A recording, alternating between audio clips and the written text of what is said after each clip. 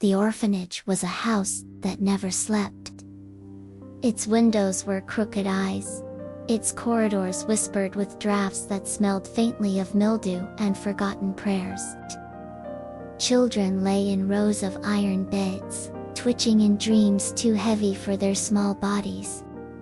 Somewhere beyond the rattling doors, rats scraped their teeth against the foundations, as though gnawing at the very bones of the place. Among them lived Elias, a boy of 8, with hair the color of dusk and eyes that belonged to someone much older. He was small enough to vanish in a crowd, and quiet enough to be mistaken for absence itself. The caretakers rarely called his name. He answered only to silence. That night, while the others twisted in uneasy sleep, Elias sat awake. He had always been awake, as though sleep dared not touch him. He pressed his forehead against the frosted window and looked out. The courtyard was bare, but for one thing, an old tree that bent as if bowing to secrets. Beneath the soil, and beneath that crooked tree, something stood. At first, Elias thought it a shadow. But shadows do not breathe, and this one did. Cloaked in darkness, ribs gleaming pale through fabric that seemed woven of night itself. The figure was still terrifyingly still. Yet the air quivered around it, as if the world feared to brush against its edges. Elias did not scream. His lips parted, his breath trembling not with terror but with the peculiar recognition of one who has lived too long in solitude. He rose from his bed, bare feet tapping the cold floor, and crept outside. The air cut him like knives, but he kept walking, step after fragile step, until he stood before the figure. The courtyard smelled of iron and earth. The figure lowered its hood, revealing a skull white as winter.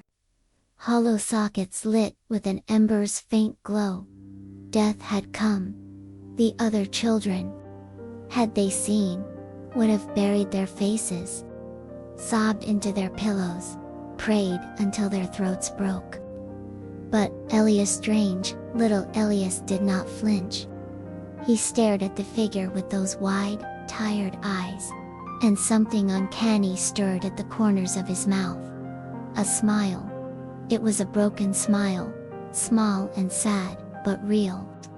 And in a voice roughened by too many nights of silence, Elias asked the unthinkable, "Are you here to adopt me?" The courtyard went still. The tree stopped creaking. Even the rats seemed to hold their breath, and death, for the first time in its endless existence, tilted its head in confusion. The boy did not run. He did not scream. He simply stood there beneath the crooked tree, thin arms folded across a chest that rattled with hunger. In the pale moonlight, Elias looked more phantom than child skin, like faded parchment. Eyes far too large for so small a frame. He had been left behind so many times that abandonment clung to him like a second skin. "Adopt you." The voice came like iron dragged across stone, yet soft enough to echo inside the boy's bones. It was less a question than the birth of doubt itself. Elias nodded gravely, as if this were the most reasonable request in the world. "No one else will," he said. His words did not tremble. They fell like truths already carved in tombstone marble. "But you came. You stood under the tree. You waited. That must mean you chose me." The figure shifted, the fabric of its cloak whispering like wings of crows. "I do not choose. I arrive. I wait. I take." Elias tilted his head. "Then you are a papa. Papas wait. Papas take children home." The absurdity might have summoned laughter in another place, in another time. But here in the courtyard of a forgotten orphanage, where shadows ruled more kindly than men, the words did not sound absurd. They sounded inevitable. For Elias had a gift known only to children bruised by loneliness: the ability to weave warmth out of ash. His imagination, starved of lullabies, reached greedily toward even the darkest presence, and found comfort where others would have found terror. Death studied him. "A papa," it repeated, as though testing the shape of the word for the first time in all eternity. Its sockets glimmered faintly, not brighter, not softer, merely altered. "Yes," Elias whispered, stepping closer until the fabric of that terrible cloak brushed his hair. "Papa Death." And though the courtyard was still draped in winter's silence, something shifted, subtle, fragile, dangerous. A bond formed, not of blood nor law, but of need. The boy who had no one, and the entity who had never been seen as anyone. In that moment, an impossible family began. But families, real or imagined, are never left unpunished within the walls of an orphanage. The other children noticed Elias whispering to the air, bowing his head to shadows, smiling at corners where no one stood. Children can be cruel, and lonely children, cruelest of all. Talking to ghosts again. They sneered, their voices sharp as broken glass. "Elias has new papa, only rats and shadows." They laughed, throwing scraps of bread at him as though feeding a stray dog. Elias bore it with the silence of someone already used to being invisible. But at night, when the wind hissed through the cracked shutters, he pressed his palms together and whispered beneath his blanket, "Papa, Death, you're real, aren't you?"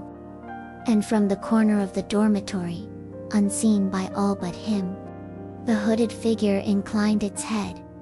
Then came the night of fever. One of the boys, a sharp-tongued child who often mocked Elias, collapsed in the corridor. Body drenched in sweat, lips the color of ashes. The matron muttered that the boy might not last till morning. A hush fell over the orphanage, heavy and expectant, as if the house itself were holding its breath. Elias knew what that silence meant.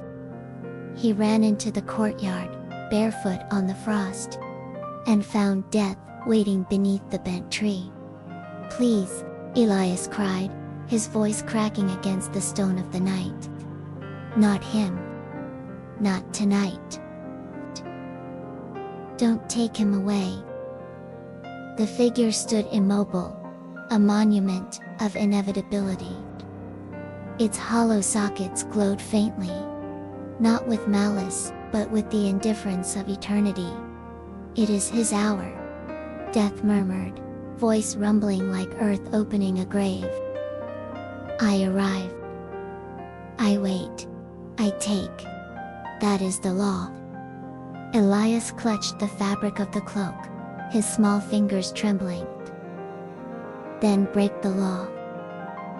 For me." For once. Silence thundered. The tree above them creaked as though it might splinter. The air pressed heavier, thicker, as if the world itself recoiled from such blasphemy. And still, Elias whispered, "If you are my papa, you must protect him. Please." Death did not move. But something passed through the figure: hesitation, the faintest crack in the marble of eternity. Its sockets dimmed, then glowed brighter, then dimmed again. Finally, with a slow, terrible stillness, Death lowered its skeletal hand. The fever did not claim the boy that night. His breathing steadied, his skin cooled, and he woke in the morning, bewildered but alive. No one knew why, but Elias knew. He smiled at the corner of the room, where a shadow lingered. Unseen. What he did not know, what no child could know, was that mercy has a price. And the balance that bound the world had just been broken. Elias, however, did not feel the fracture. He only felt joy. His tormentor, once pale and near death, now ran through the courtyard, shouting, "Alive!" The matron called it a miracle. The children whispered that it was luck. Only Elias looked toward the crooked tree, smiling with the quiet certainty of a child whose prayers had been answered. "Papa saved him," Elias whispered beneath his breath. And for the first time in his life, he believed himself loved. Yet beyond the laughter of children, something else stirred. The clocks inside the orphanage began to hesitate. Their ticking, once steady as a heartbeat, now talk, tick, then silence. The pendulum froze mid-swing, as though time itself had forgotten how to breathe. In the garden, blossoms that had dared to bloom against the winter chill crumbled into black dust overnight. The air smelled of copper and decay, though no one but Elias noticed. He saw it in death's posture. The figure no longer stood tall beneath the tree. It hunched, its cloak sagging like wet cloth, as if eternity itself had grown weary. Its sockets, once steady embers, flickered like candles choking on their last wax. Elias ran to him. "What's wrong, Papa? You saved him. Isn't that good?" Death lifted its head with an effort that shook the air. "Good is not my purpose." The voice, once iron, now trembled like old wood about to crack. "I arrive. I wait. I take. When I do not take, the world unravels." The boy shook his head, stubborn as only the abandoned can be. "But that means you can change. If you can change, you can love.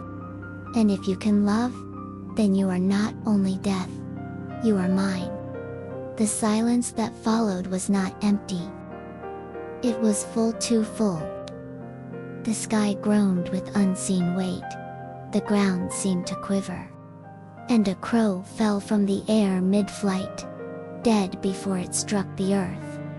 Elias bent down, cradling the lifeless bird in his hands, his small face caught between grief and awe.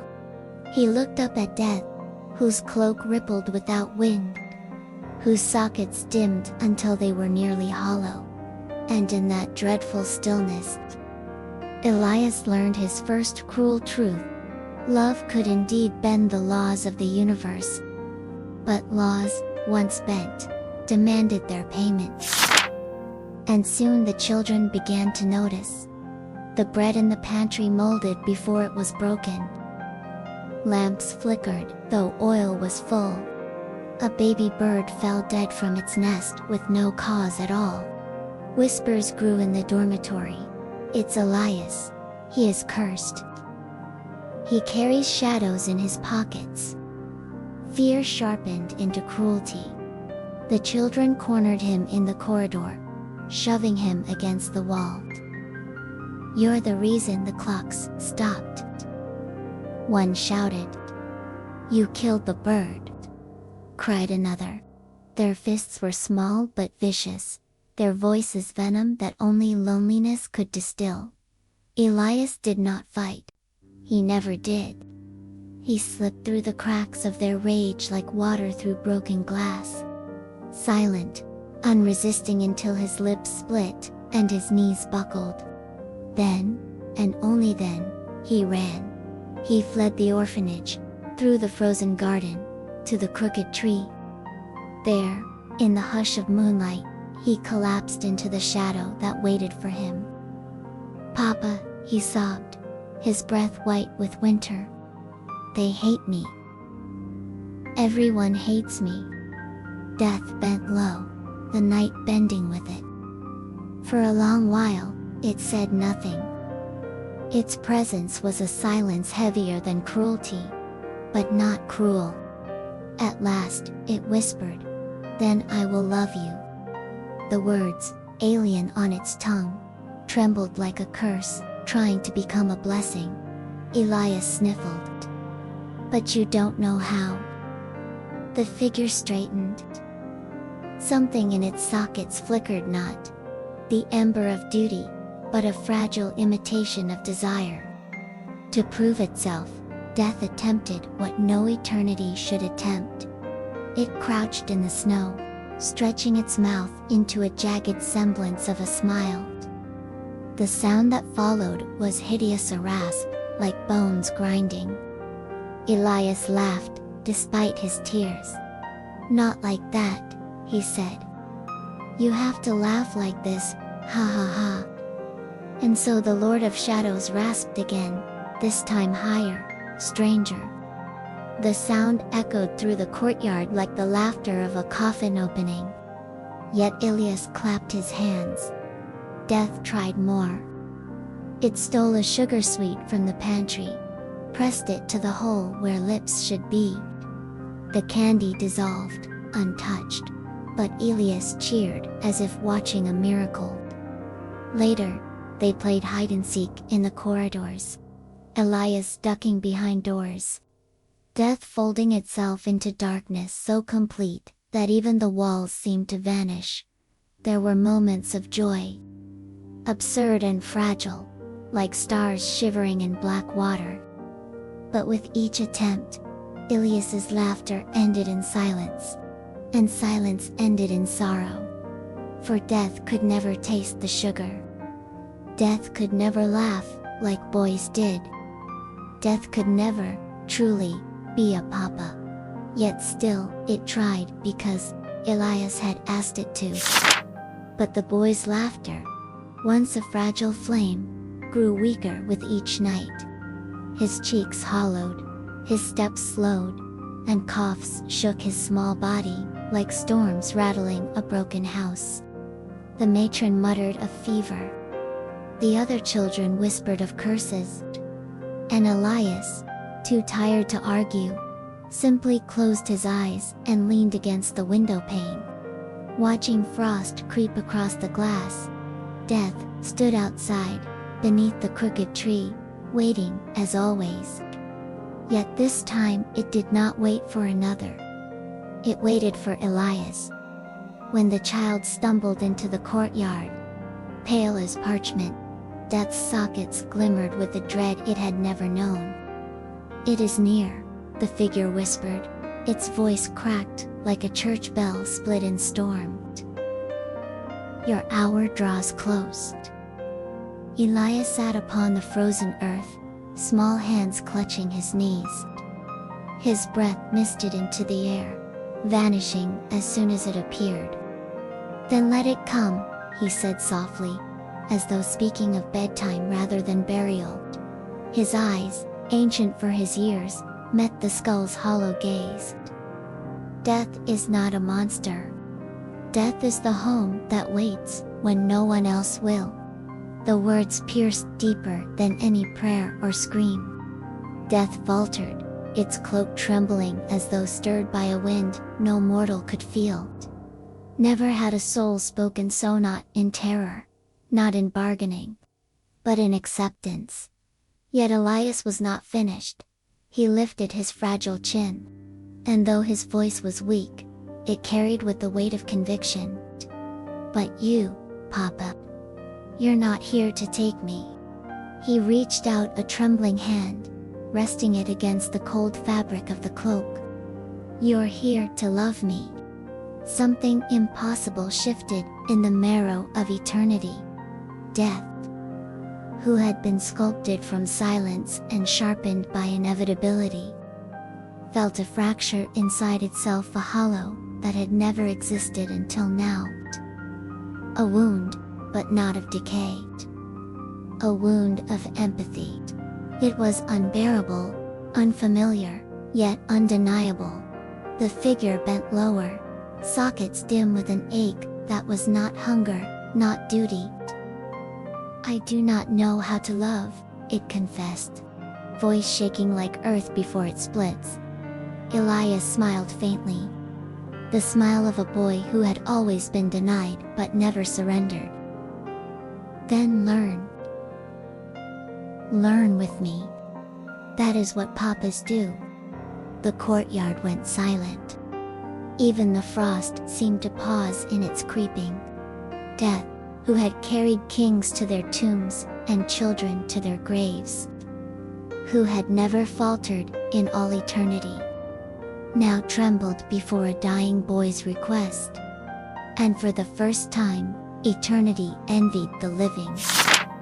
But envy, like mercy, cannot exist without cost. The days in the orphanage grew heavier.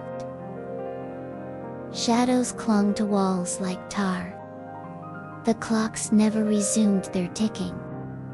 The matron aged in weeks as if years had passed. Elias's breaths grew shallow, each one a candle flickering in a draft. He understood then, without being told, that the fracture he had begged into the world was claiming its price. Every soul saved, every hour stolen from inevitability, had been borrowed from his own time.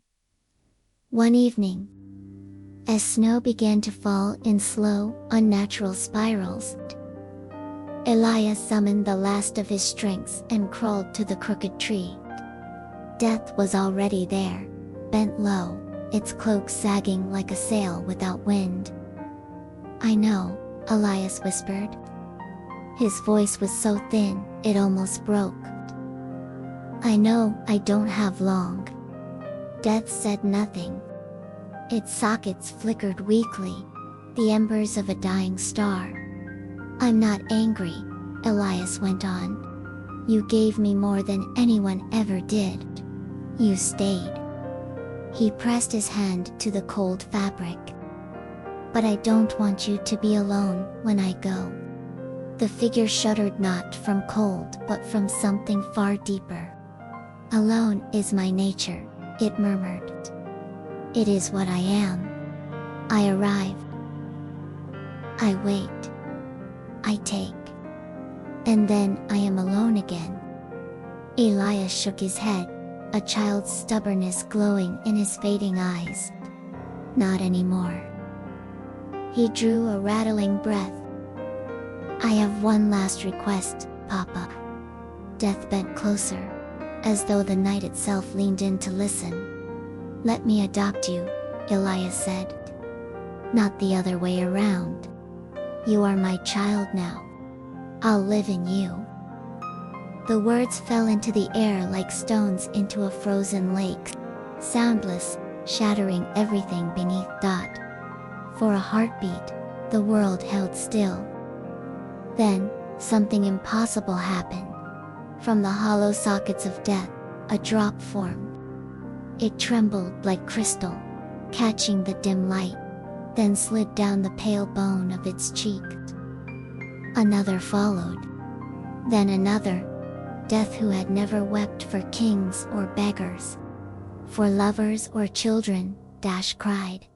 Its tears hissed as they touched the snow, melting tiny black holes into the whiteness.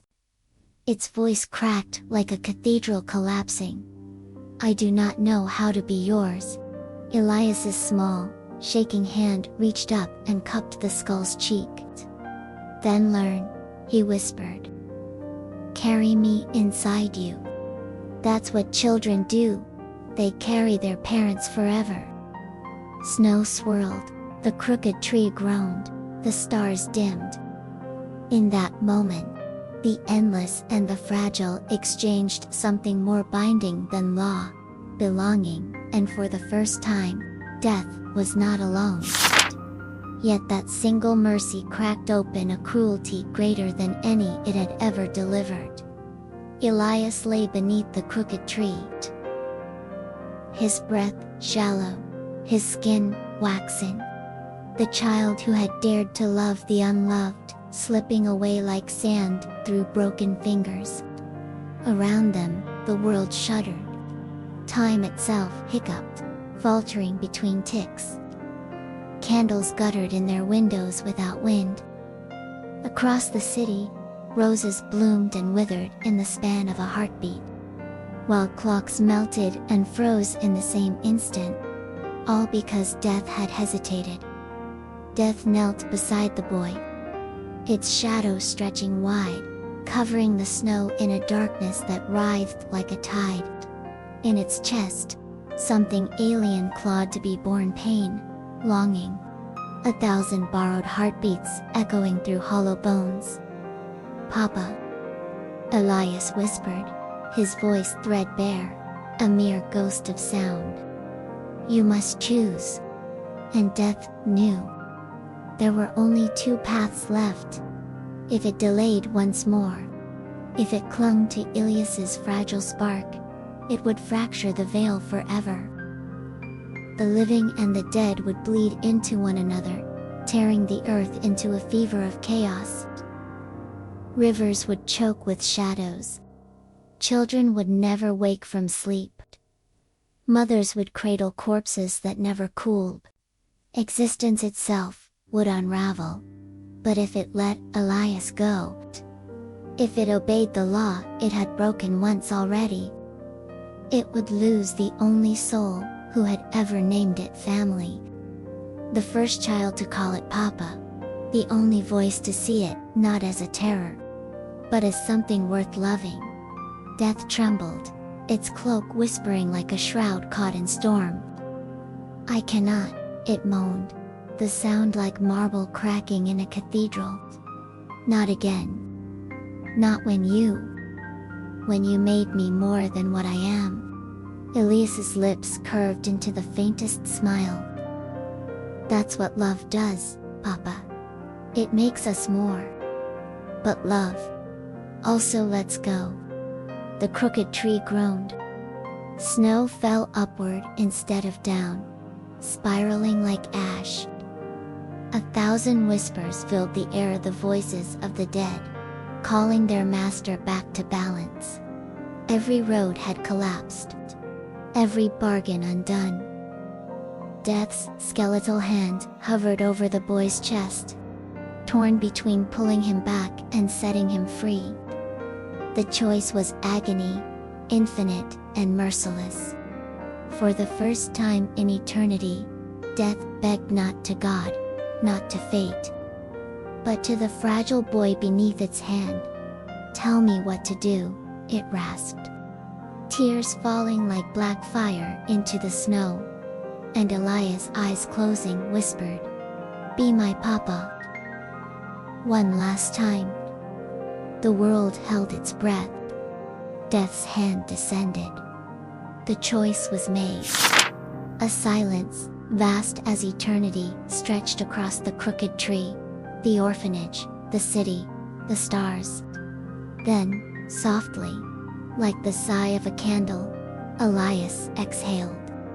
His chest rose once more and fell no more. Death gathered him gently, as one might gather a bird too fragile for flight. For the first time in endless ages, Death carried not a number, nor a task, nor a name on a ledger, but a child. Its child. Snow curled in spirals about them, glowing faintly as though each flake bore Elias's last breath. Shadows that had shrieked and clawed for balance quieted. The clocks resumed their ticking, though slower, heavier, as if mourning in rhythm. "Papa," Elias whispered, a voice not of flesh but of something brighter. Death looked down, yet Elias's lips did not move. The sound came from within, a flicker of radiance already passing beyond. "Take me home." And Death, who had never known what home meant, understood. With cloak billowing, it rose, carrying Elias's small form into the silence between heartbeats. The threshold no mortal eye could see. The boy's body grew lighter in its arms, until only light remained, soft, golden, pulsing like the faintest ember. It sank into death's hollow chest, into the cage of bone where no heart had ever beaten. And there, impossible, inconceivably, spark took root. Death staggered. Its skeletal fingers clutched its own chest, feeling warmth, rhythm, a fragile thrum of something it had stolen countless times, but never owned. A heartbeat it burned, it seared, it soothed. A gift, not of defiance, but of trust. Elias had left behind more than memory. He had left behind his love, stitched into the very marrow of the eternal. The crooked tree shivered, and for the first time in its twisted life, a single blossom broke through its bark white. Trembling, alive, death fell to its knees, shuddering not from sorrow alone, but from a new and terrible weight, to carry not only the end of all things, but also the proof that love could survive the end. It was no longer only the taker of souls, no longer the hollow ferryman. Now, it was also their keeper, their guardian, their witness, dotted with a heart that beat painfully within its cage of bone. Death wept it. These tears no longer burned black holes in the snow, they melted it. From that day forward, the orphanage seemed subtly altered, as though Elias's small soul had left fingerprints upon the very air. The crooked tree, once gnarled and lifeless, bloomed each spring with pale blossoms no frost could touch. Children swore they felt a gentle hand upon their shoulders when they cried in the night, a presence unseen yet warmer than any blanket. They began to whisper of a papa, who was always there, though no man ever came. The matron, weathered and stern, sometimes thought she heard soft footsteps in the hall, or the faint rustle of a cloak brushing the doors. She never spoke of it, but in the silence of her own prayers, she gave thanks. Death had resumed its endless task. It walked among the dying once more, cloaked in shadow, bearing the scythe of inevitability. Yet something fundamental had shifted. Where once it was emptiness, it now carried a heartbeat within its hollow cage. The echo of a boy who had taught it what no cathedral, no scripture, no eternity had ever dared. Love, when it took a hand to guide a soul away from the flicker of life. It did so gently, as if tucking them into a bed, rather than wrenching them from it. Some swore they saw a light within the blackness of its hood. Not cold but warm, like a lantern carried through the dark. Generations passed. But in that orphanage, every lonely child seemed to know a secret comfort. A fatherly presence in the unseen corners of the night. They would whisper to one another, "Don't be afraid. Papa is watching." And in the silence that followed, the unseen figure smiled, though none could see it. The lesson endured, etched into eternity by a boy of 8 winters. Even death can learn to love. If once someone chooses to love him first,